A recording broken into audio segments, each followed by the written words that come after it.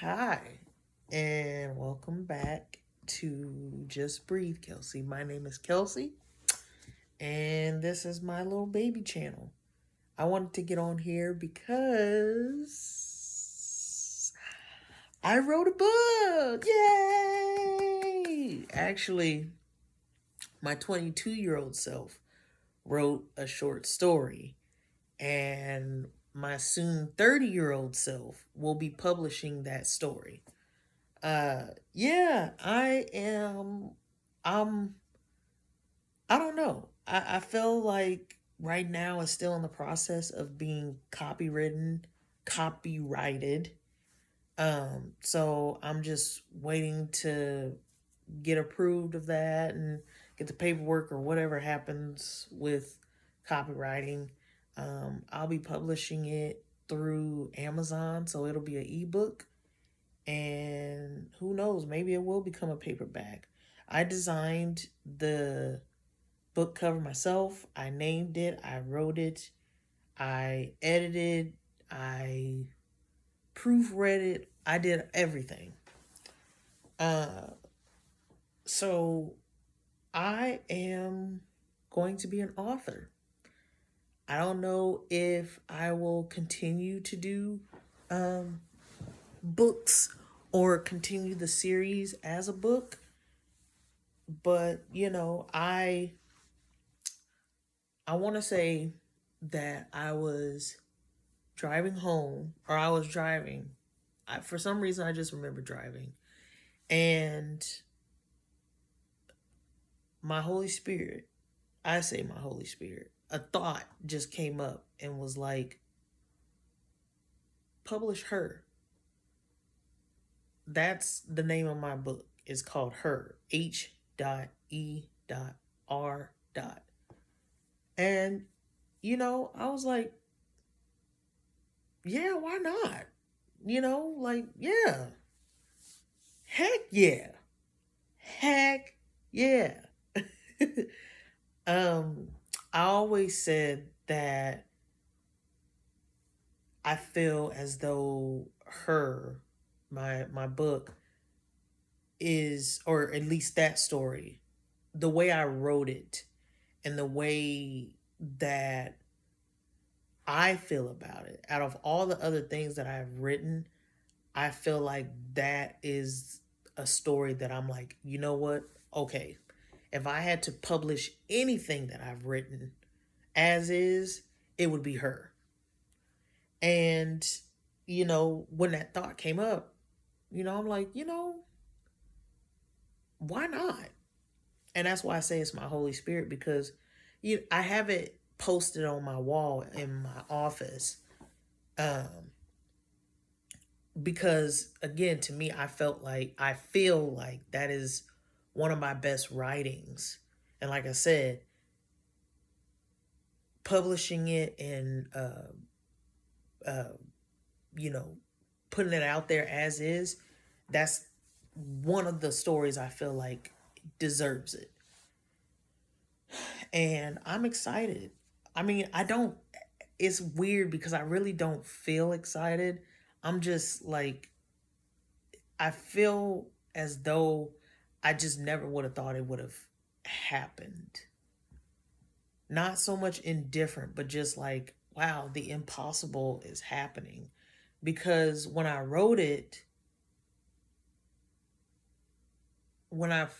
first wrote it, which was in 2017, because I was 22, I'm 29 now. So when I first wrote it, or yeah, it was 2017. Either way it goes, I was 22. When I first wrote it, like you had to, or at least my impression is, because I graduated 20 20, so I graduated college 2016. And I was so gun-ho on being a writer. I wanted to be a writer. I wanted to write books. I knew the genre I wanted to do, etc., etc.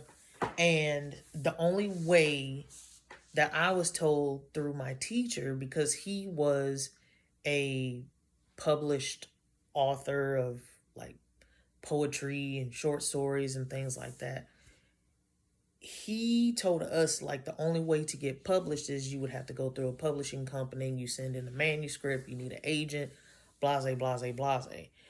Amazon publishing wasn't really a thing then when I was in school, and this was like 2013 to like 2016 when I was in college, full college, being like a student or whatever.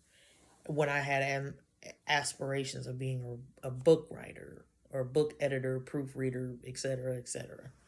So it might have been a thing, but I don't think it was as popular as it is now.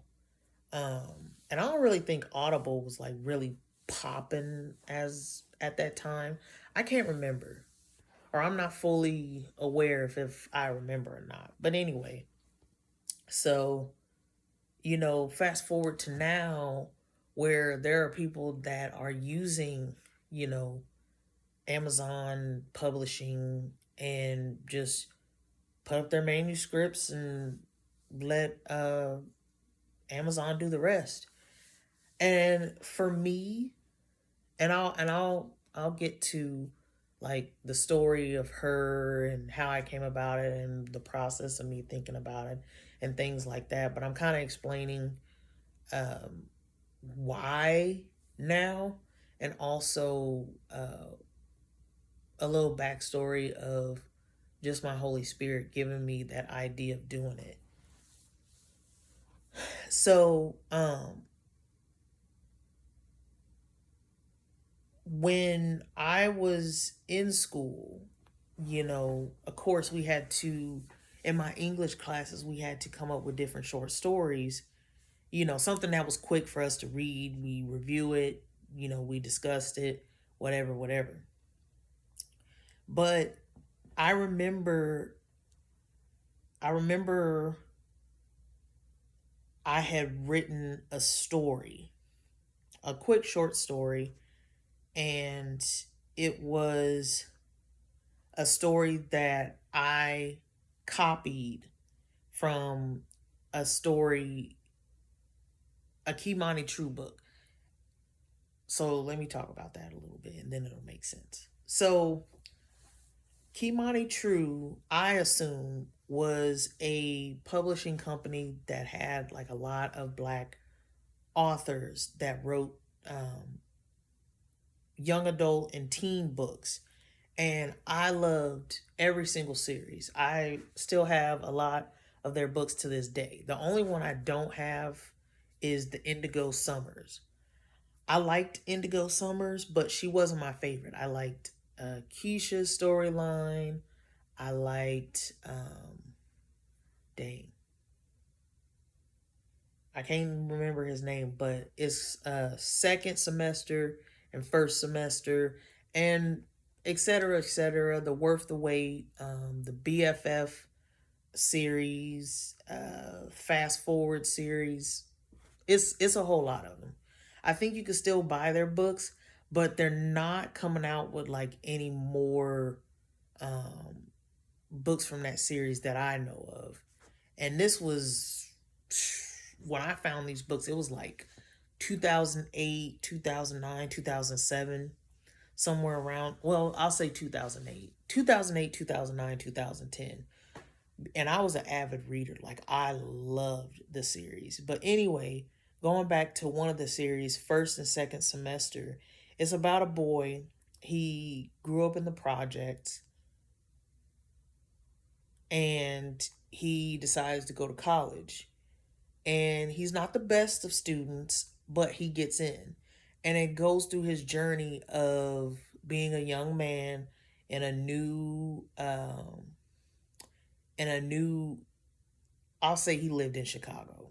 I feel like that's, even though he wasn't from Chicago, but let's just say he's from Chicago. He grew up in Chicago, never really traveled outside of Chicago. So then he moves down to Atlanta. Of course, it's a culture shock. It's something different. It's also the South, so it's different. Like is just different. So he goes to school in Atlanta. He meets up with, a group of guys that are also going to school. And, they form this bond. And he meets a girl. They fall in love. They date, whatever. And it's just going through his journey of his college life, basically. And I liked the series because one, it was male, a leading male book. And a lot of the books that I read were always female led. So to hear a male led or to read a male led book, it was refreshing. And also, like, it just made me look at into the eyes of a young man going to college and like his way of thinking and just navigating life on his own, etc., etc. So I don't think he had like any siblings, but I drew from that inspiration. And at the time, I want to say between 2010, 2011, 2012, I wanted these books to be made into movies. I was like, listen, I know for Keisha's drama series, I emailed the author and I was like, hey, like, you need to get with somebody in Hollywood and make this into a movie. And he didn't really say much about it. He did respond. He was like, oh, well, thank you for your support and things like that. But I was like, you still didn't answer my question. Like, you need to get this made into a movie. So I took it upon myself at the age of 14, 15 to reach out to Tyler Perry, Oprah, Fox, Disney, a lot of people. Never heard back from Oprah. Never heard back from Tyler Perry.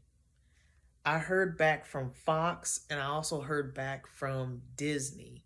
And they was like, well, thank you for considering us, but we can't, take unsolicited things. You would have to go through a process or whatever. And I still have the letters and everything. I really do.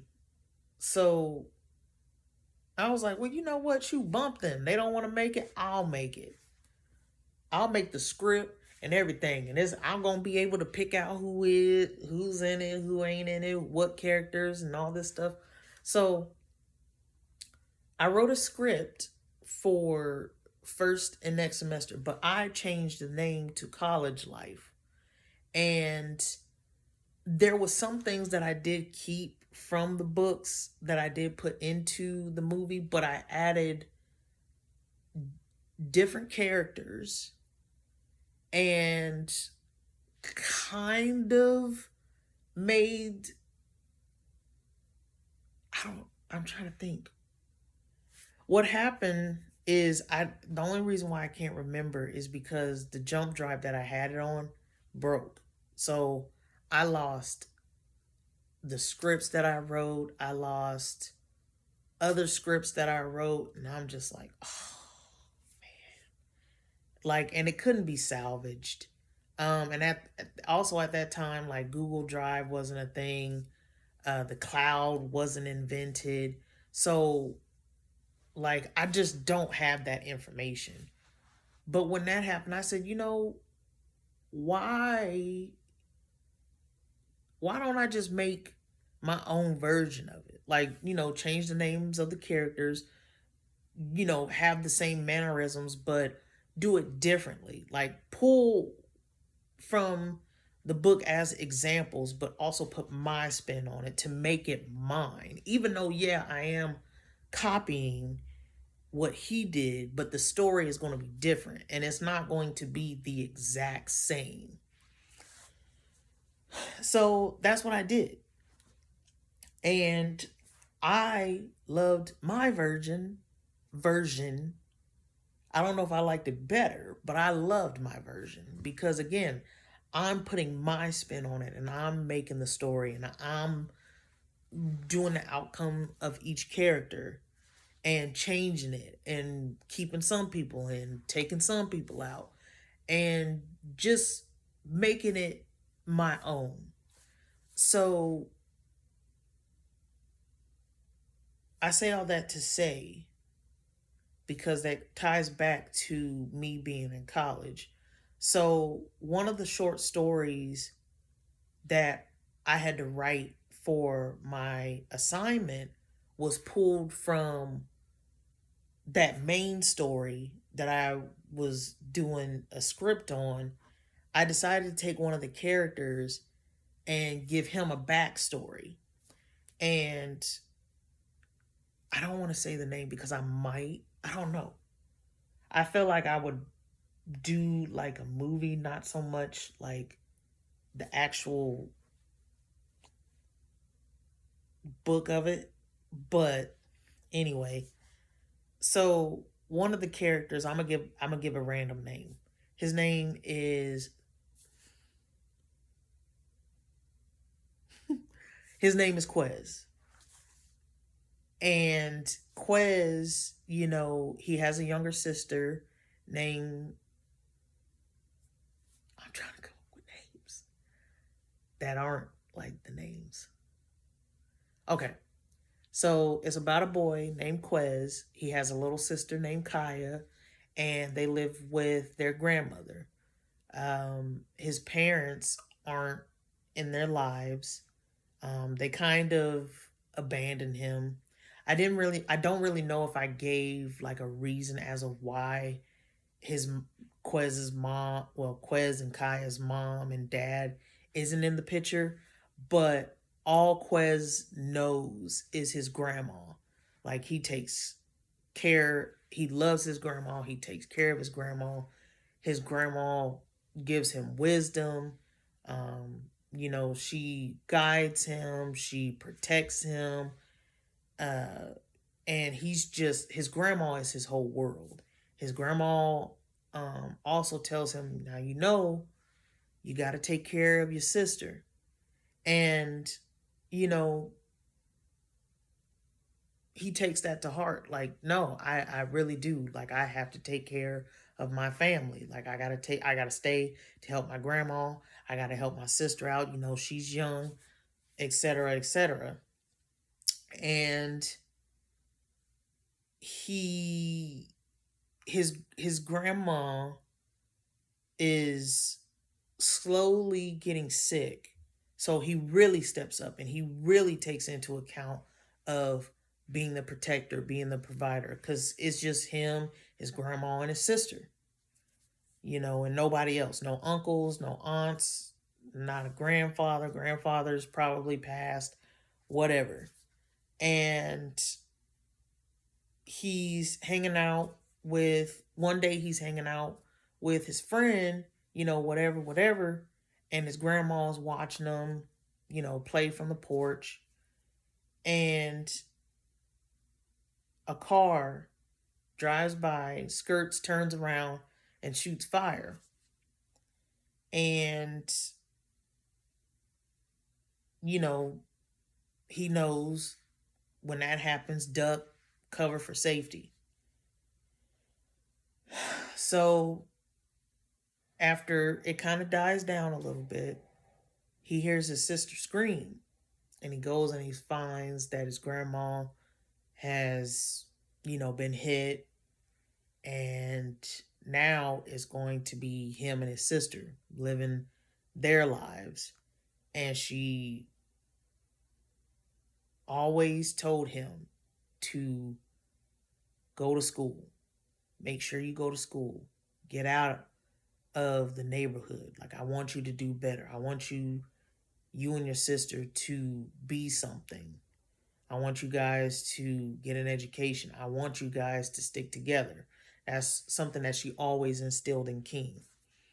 And, he promised her. He was like, yeah, I will, Grandma. I will, Grandma. So in that moment, he's like, you know what? I made a promise to her, and I'm going to keep my promise that I'm going to apply to school. I'm going to do my best to get into school. And that's what he does. At the end of the story, he gets an acceptance letter to one of the schools down in Atlanta. So I submit that for people to read, and I they take it, read it, do their little notes and critiques on it. Now, granted, I'm the only black person in the class. I'm in Arizona, so it's more white and Hispanic. But even in that class, like there wasn't really like a lot of Hispanic people. It was mainly white, and yeah, that's it. And like I said, and me. So one of the comments, like, some people was like, this is pretty good. The format could be better and things like that. Like, I want more of the story and things like that. But one guy, he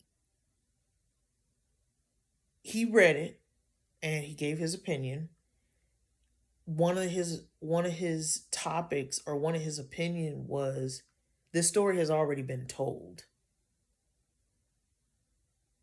So I can't really get fully invested in it. And I might like the I really fully can't get invested in it might be a paraphrase um on my part, but he really did say that this story has already been told. So like it's just the same story. And again, you have to take criticism when it comes to art, and specifically when you create something, everybody's going to criticize it. Everybody is going to criticize something that you make. You can make a star and there will be 10 people that love it, and there will be 5 people that hate it, and there will be 7 people that don't know about it, and then there will be 8 people that just don't care about it. So we all get we all are going to get judged by what we make, what we do, etc., etc. Even God gets judged by what he does and what he creates and things like that. So we were told to be respectful, and we were told that this is a process of like a workshop. Like we're getting advice on how we can improve our writing and what we can do to change it, and also brainstorm on certain things. So I couldn't speak. Like I couldn't correct people. Like if they say, "Oh well, well, what's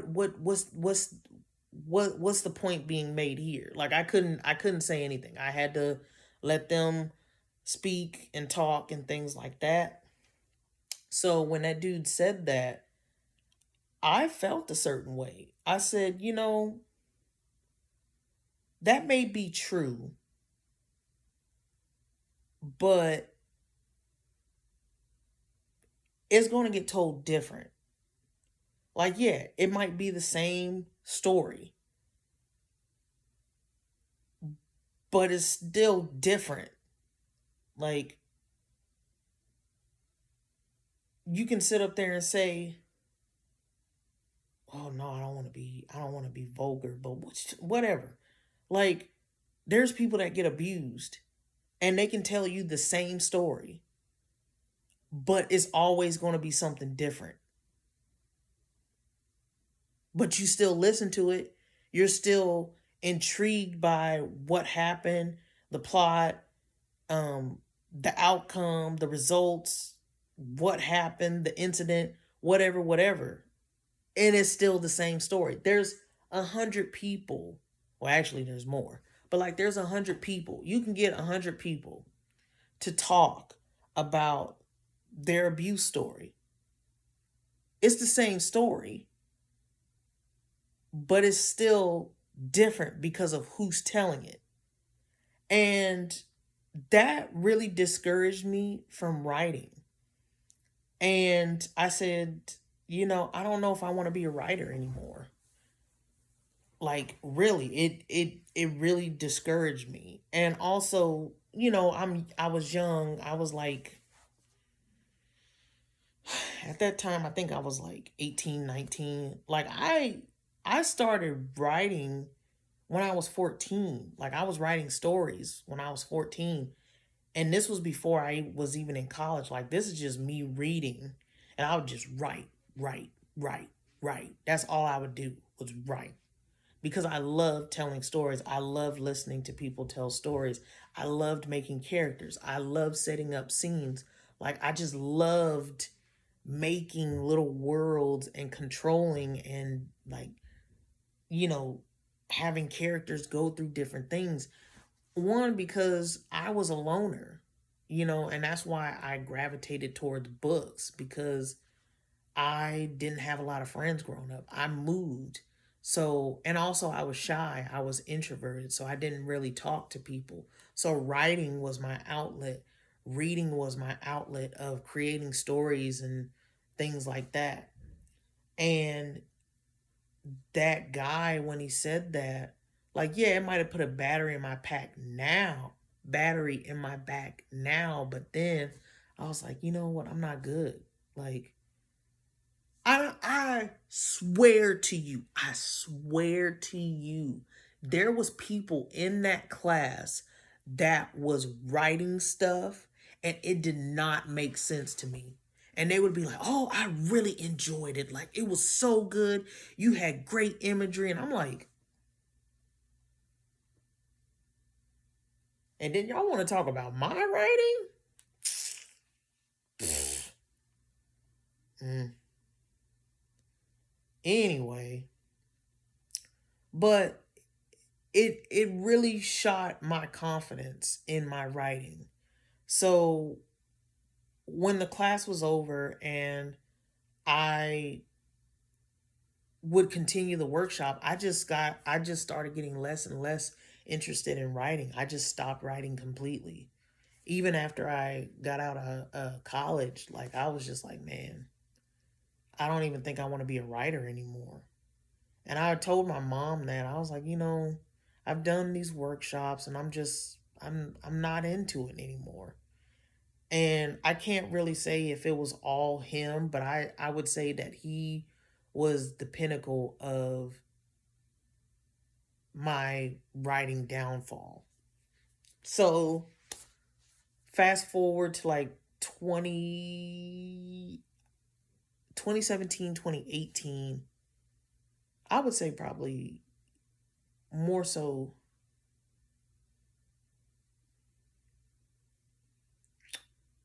would it be 20? Well, 2018. 2018. Well, no, because now that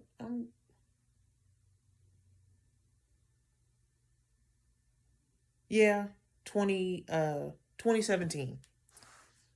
I moved, we moved back to Kansas and I started working at Amazon. And I'm like, you know, I I have this story that I kind of want to talk about. Can I talk about it? So I was playing with the idea of this story. It's about a boy who is an only child and he lives with his mom, and they live in a rough neighborhood, and his mom is schizophrenic and she's been having episodes, and you know he's not sure what's going on with his mom, but you know she's having episodes and he doesn't really know his dad. It's not saying that his dad has passed away, but like his dad doesn't want to be bothered with the mom. um and it's a whole thing. I don't really go too much into detail of the relationship between the character's name. I'm gonna come up with a name. That's not the name. Um, let's go Zach. So Zach, excuse me.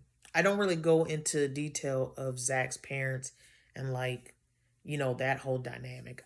Just know that his mom's schizophrenic and she's going through an episode and going through episodes. And, you know, of course, he's a child. He's like 7, 8 years old. Um, and he lives with his mom. He doesn't know anybody else. Grandma's not in the picture. He doesn't really have any aunts or uncles or cousins, things like that. But there's this guy that is a drug dealer, and his name is Ty. Again, not the actual person, but or the name of the person, but he notices, this boy and the mom and the situation. And he's almost like kind of a guardian angel for the boy. Like he'll step in if the mom's going crazy and locks, you know, Zach out of the house. He's like, "Hey man, just come on over. I got food. You know, once your mom calms down, we'll go back over there and work things out." Almost like a big brother figure for him. So I was toying with that idea of having like make having Zach and his mom and Ty be a story.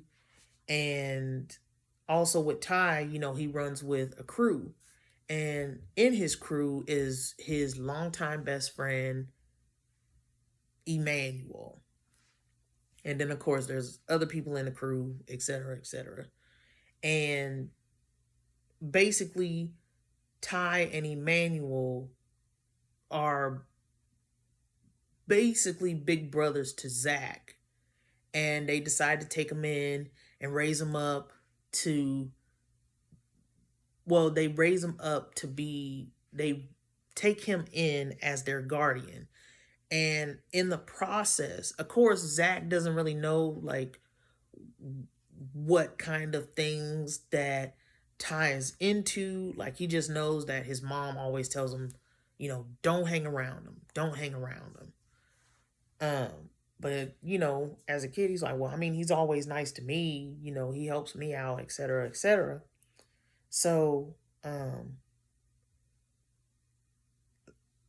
I'm toying with the idea, and later it comes out, Ty gets persecuted and he goes to jail. So then, Emmanuel takes care of Zach until he goes off to college, and whatever, whatever. So Emmanuel has his own backstory. Ty has his own backstory. And of course, we already know Mason has his backstory and things like that. And then, of course, there's like sub stories and things like that. So I'm still toying with the idea and I'm writing it and I'm like, I do like it. Like, I'm trying to get into the mind, doing research on like schizophrenia and like mental health issues and how that correlates and how it affects children, how children respond. Also putting in some of Mason's, well, also showcasing, or not Mason, excuse me, showcasing Zach's home life, but also his school life, like how he um, interacts at school. So, like, doing the research and seeing what it's like to be a child of a parent that is going through mental issues, or how you can tell the times and things like that. Anyway, so I'm researching and I'm writing it and I'm like, I like it, but I'm getting stumped. Like, I'm not able to finish it. Like, I know the vision that I have for it, but I just don't know how to get it there. And so I took a break from it. And I was like, you know what? Why don't I just do the backstory of Emmanuel? And then maybe that'll help me get back into writing Mason's or Zach's story. So I take Emmanuel and I'm like, I know what I like. I know your story. Like, I know what I want to do with you. So I begin to write his story. And his story is basically a love letter to her. Um, he meets a woman, and he gets the feeling that he's never felt about anyone before. He's been out there, he's been a player, he's done all the things, whatever, but something about her is different. It's a breath of fresh air. The whole cliche, like, I had seen you and I fell in love at first sight. But in this story, again, he's writing a love letter like, oh, I saw you in the club. I was so nervous to talk to you. And it's like he's having a dialogue with her, but she's not responding. He's just telling her, like, I thought you were beautiful. And then when we went out on our first date, when we did this, when we did that, when we did this, when we did that. And I get to the end and I'm like, you know what? Let me just reel it on in. So I write it out, and I'm looking and I'm like, I kind of like it. Cause I knew, again, I knew the backstory of each of the characters. So I knew the plan on what I wanted to do for each character. So I was like, you know what? Let me type it out. Started typing it out, and I would write the story on my break at Amazon, which is crazy and almost full circle because I'm going to be publishing it on Amazon Publishing, which is funny and hilarious to me. Maybe not hilarious, but it's just funny and hilarious. So I type it out and I'm like, you know what? I'm not mad at it. So then, I take a break from it. And of course, as time goes on, I go in, I reread it, add some things to correct and stuff like that. And when I finally finish it to a point where I'm like, okay, it's done, I print it out, I stick it up, and I just leave it.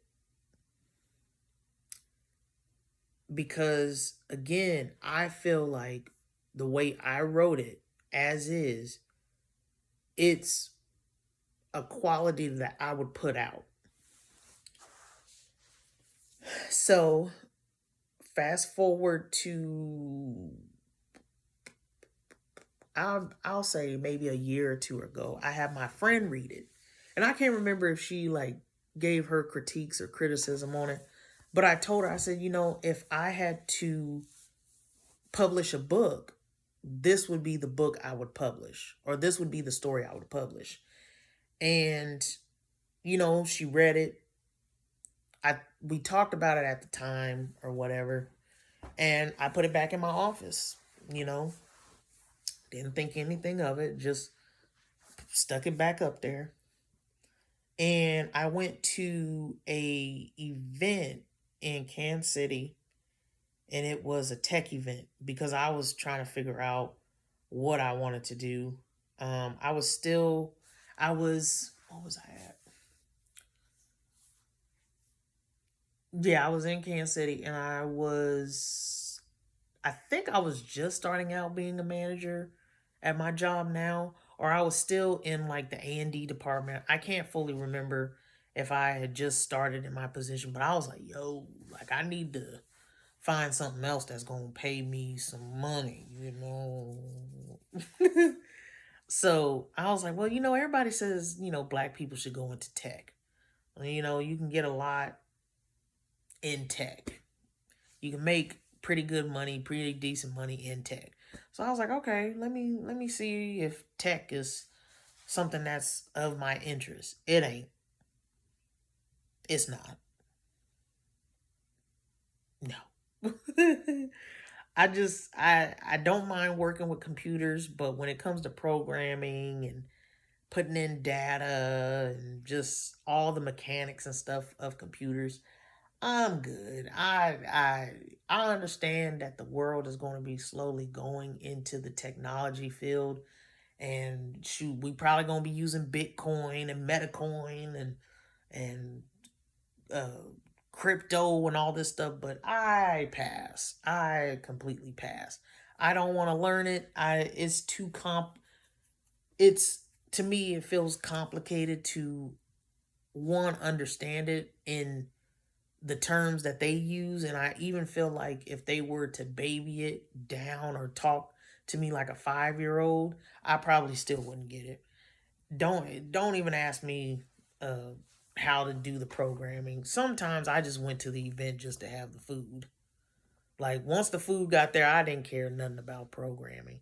But I got to, network, even though I wasn't really doing much talking, but like got to network, meet some people, see the happenings of the tech world, I guess, and people in the tech world that was in Kansas City. And I met this woman there, and I was telling her, I said, I'm telling her like, oh, I don't know if I want to get into tech. I'm just weighing out my options and seeing what would interest me and things like that. And we started talking, and I told her, I said, I got this story that I feel like if if I had to if I had to choose one of my writings to publish, this would be the story I would publish.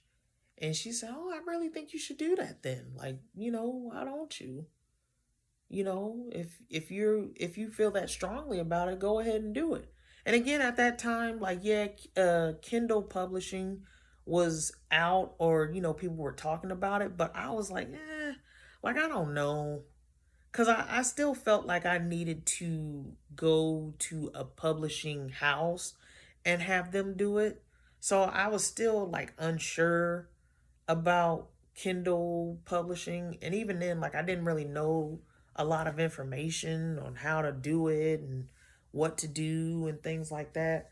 And I I understand now. I'm not really a big researcher of things. I just like to do it and have it be done, and I go. Like,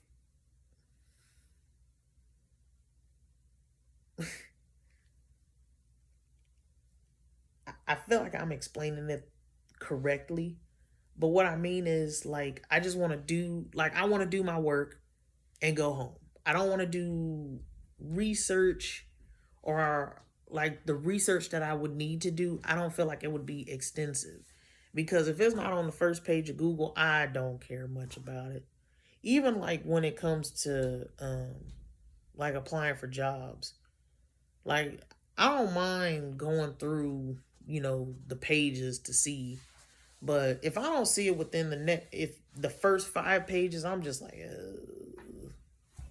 but I understand that I'm not like a big researcher, so I would need like a research person. But overall, like, I'm not a big researcher. Anyway, so I was like, yeah, I don't know. I don't know. I don't even know, cuz again, at that time I was still insecure. Like, I haven't written anything else. Like, her was the last story that I wrote that I actually was enjoying writing. Like, I enjoyed writing the scripts of the other stuff.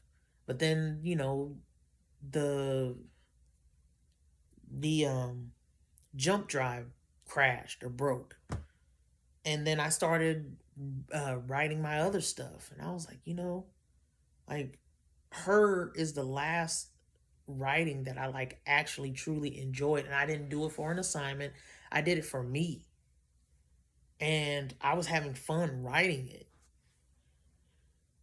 So when she said that, I was like, yeah, I mean, I don't know. I don't know. So to bring it back to now, I'm like I said, I'm in my car and I'm driving, and that thought popped up of like, I'm turning 30. For me, it's a milestone. It's literally the bridge from okay, you're a young adult when you're 20. I'll say,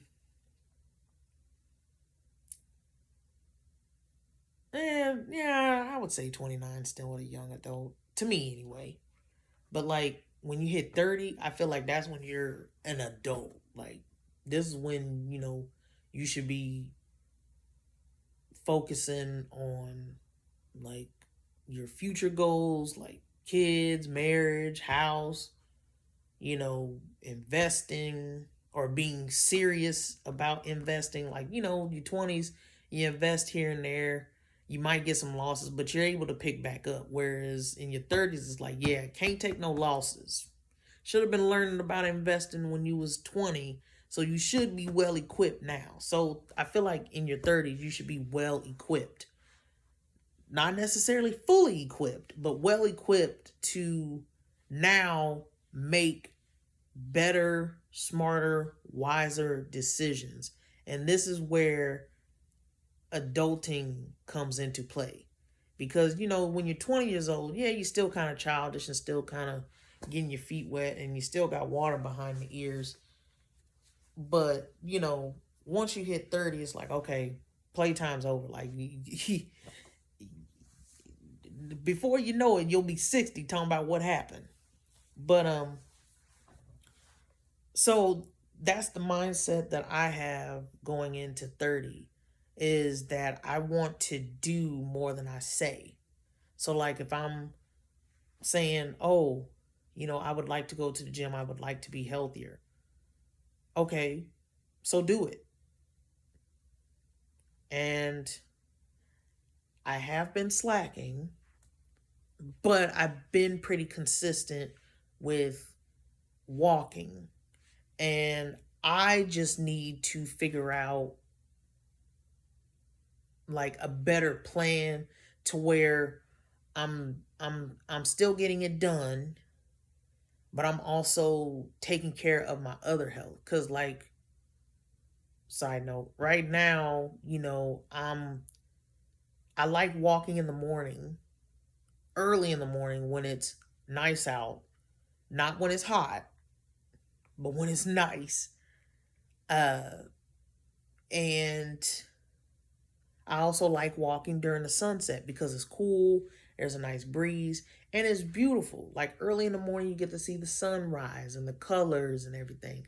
And also, when the sun sets, you see the colors, it's breezy, and it's not as hot where it is during the day. So I like waking up early or I like going out later, and watching the sun. So, um,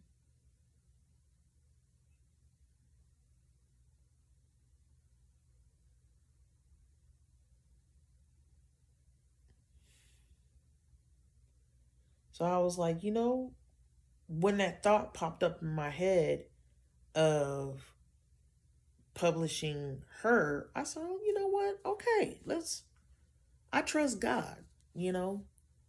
And there's a reason why it was put into my thought because I wasn't even thinking about it at all. Like I said, I just put a pin in it. It's hanging up in my office and I don't think about it. Like I pass by it, but like I don't think twice about it.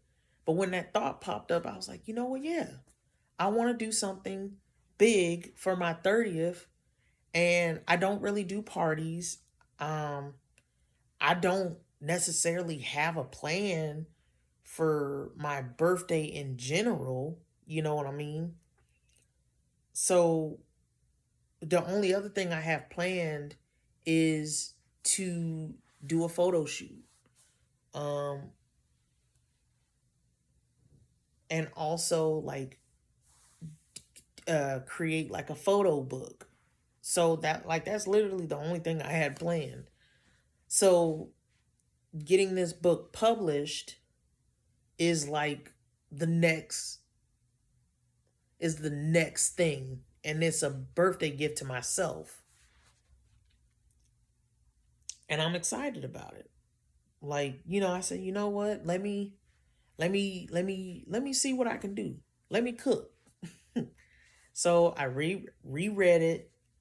You know, put I had to make some changes, make some corrections, and add some more dialogue and some more backstory just to kind of make it flow a little bit, to make the reader not be like, wow, that went by fast. Even though it is a short story and it's like 7 chapters, but they can get like a little bit more understanding of of both characters. So I didn't really change much. Like I said, if anything, I added more to it just because I have a little bit more experience now than I did when I was 22. And of course, learning different things, also seeing it from a different lens, taking classes as far as certain communities and things like that, and just studying people. So I'm pretty satisfied with what I have now. I am nervous because there are certain things where I'm like, I don't want that to be taken the wrong way. But I also have to come to the point of, hey, this is my first book. That I did write this when I was 22, but I'm still proud of it. Like, regardless, I am proud of what I wrote.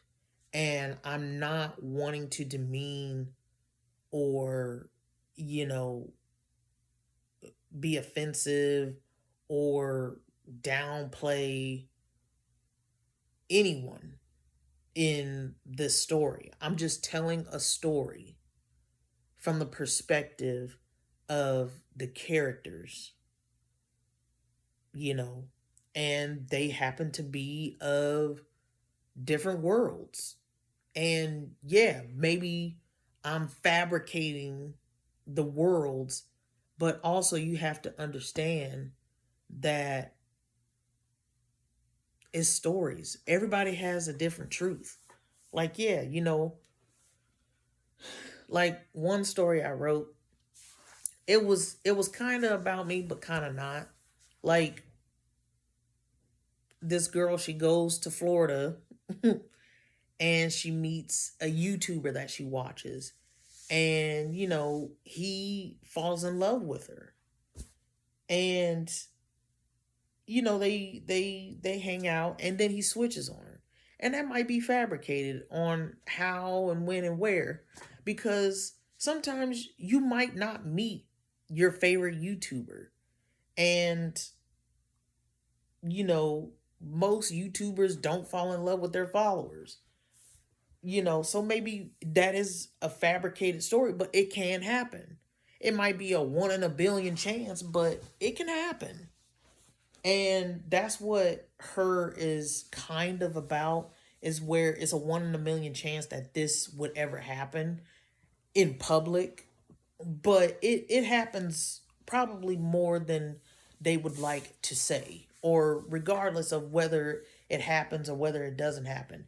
It's a story that is being told from the perspective of these two characters that I designed and made, and I'm creating a story about it. So if you want to support, you want to support. If you don't want to support, you don't support. But I feel the need to go with my gut and publish this book.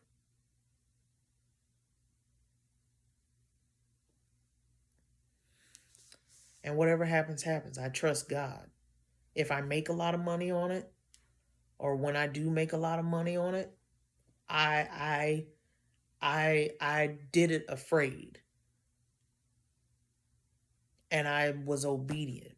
Now maybe God didn't tell me to do it, but I feel like he did, because again, I wasn't I even right now I'm not really thinking about the book, and I'm explaining the book. But like, it's just one of those things where it's like when you're just sitting, thinking about nothing. and somebody says a pink elephant, and then you just instantly think of a pink elephant. So it's like, well, shoot. Now I'm thinking about a pink elephant. So yeah, but so yeah, I I'm gonna be an author, and I just I definitely didn't think that this was the way it was gonna happen.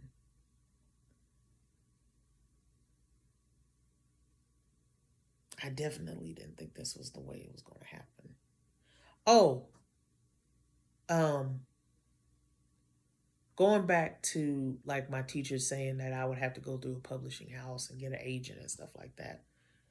You know, I've also come to the realization of when it comes to me being a creative, I don't mind you giving me advice and ideas and like, brainstorming with me on certain things. But if I am set on how I want to do like a story or when I put a story out and things like that, I don't like one thing about me is I don't like being rushed.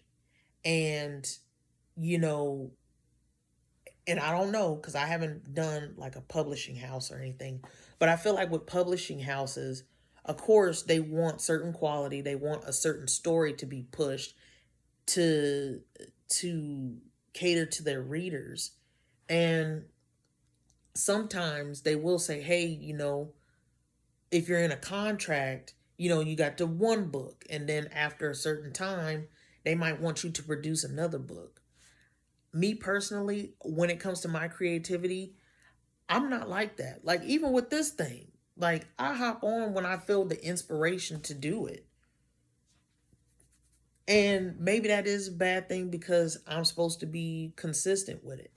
But if I feel like if I'm not authentic in what I'm doing, it's not going to come off genuine, and it's not going to come out good. Like if I'm on here having a bad day and I'm like, "Hey guys, how's it going?" Then I'm going to be too animated and too much because I'm trying to compensate my bad attitude in order to push forth. Now maybe there might be times where I might be in a bad attitude, but I still get on here and slowly but surely I become better. But like if I'm faking, it's not genuine. Nobody will believe me, in my opinion. So, but like I said, I just feel like going through a publishing house or going the way that my teacher was saying, like, yeah, I feel like it's helpful, but I don't like people telling me how to create. Unless you God, then so be it. But I create the way I want to create, and I feel like that's when I do best, is when it's coming from me. Now granted, again, you can tell me advice, you can critique me, you can say, hey, well, let's think about this, things like that, but you cannot tell me what to do. And that's a stubborn thing. I understand. But again, you have to realize that this is my vision. And if you don't like it, that is fine. You don't have to like it. But I'm not changing it. I remember, I still don't regret it.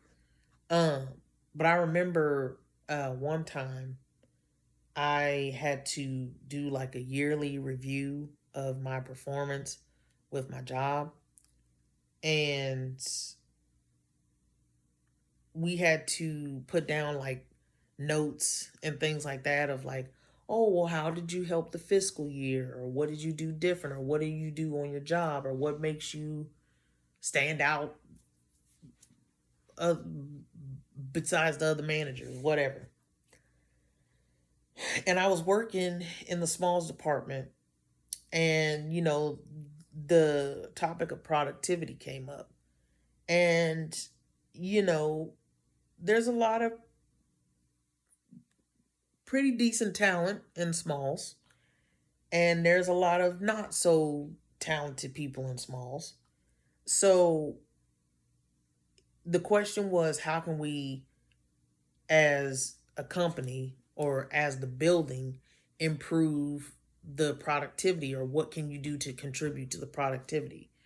I said straight up in the slot, I was like, well, you know, productivity in Smalls would be better if we had able people. Literally. That's what I said. Is That's the reason why the productivity is down, is because we don't have any able people. If we hired people that were able to do the job, then our productivity would improve. And my manager was like, could you rephrase it or make it better? I didn't change a thing. I told him, oh yeah, yeah, I'll see what I can do. Never changed it. Never changed it. And I'm not going to, because I'm being for real. Like, that's how our productivity could be better, is if we get people that can actually do the job. And I feel like, you guys get stuck on training them in one area and then just leaving it at that, instead of cross training, which is what should be doing. That's what vast majority of everybody in that facility needs to be doing, is cross training. Like, yeah, they can have a designated area, but if we need them to move to induction, if we need them to move to Smalls, if we need them to move to DDU, if we need to put them on a tugger, if we need to put them in QA, if we need to put them in control room, if we need to put them in another department, then they already know how to do it. Like, yeah, they might need a refresher, because if they learn all the departments, and like their main department that they always go to is outbound, and let's say one day they're like, you say, hey, we need you to go to the SWAC table. And if they're like, oh, I mean, I've done it like a couple of times, but I just need to learn how to redo it. Okay, so you send a trainer over there, help them, they refresh and go through the thing, blase, blase, next thing's next. But that's how it should be. When I was a package handler, I knew Smalls, I knew unload, and I knew loading, kind of. And I also knew the NC processing. Now, I didn't know how to do the van lines. I didn't know how to do the SWAC. And I also didn't know how to, drive the tuggers. I didn't know how to do, I think I said it, but I didn't know how to do van lines. Like, there was some things that I didn't know, but I was already cross-trained in 3. So, at least I'm more qualified than the person that got hired on, or the person that's been there that's only worked one department. I'm qualified because I know how to do all 3 departments. So anyway, that was a little rant for that. But what I'm getting at is that, no, if I mean what I say what I mean. And you want my opinion. This is my opinion. And again, you can advise me. You can say, well, maybe you should do this, maybe you should do that. Okay, I hear what you're saying, but this is what it is. And if you don't feel comfortable, or if you don't feel like that's how it should be, I don't know what to tell you. I don't feel right in changing it. I don't feel right in trying to make something that I made into something that you approve of, if I know it's true. If I'm writing a story, it has to still be true to me, or it's because if I make too many changes to it, 1, I'm gonna start critiquing it. 2, I'm not going to enjoy it. And 3, it's not mine anymore. It's yours. And that's how I feel. Again, maybe stubborn, maybe whatever, but that's how I feel. So, this was a long video, but I think I like long videos. It's kind of better than TikTok. And I'm going to be starting up TikTok once I get ready to post my story. And yeah, we'll see what happens. It'll be an interesting journey. And I'm ready to see the outcome of it. Like I said, I always wanted to be a writer. I always wanted to be a writer. And I just did not know that this was the way that it was going to happen. And only God knew. Only God knew. I wrote this story when I was 22 years old. The last time I wrote anything that I enjoyed. And to this day, I haven't written anything else. And my 30-year-old self, well, 29, but 30-year-old self is publishing what I wrote 7 years ago. That's crazy.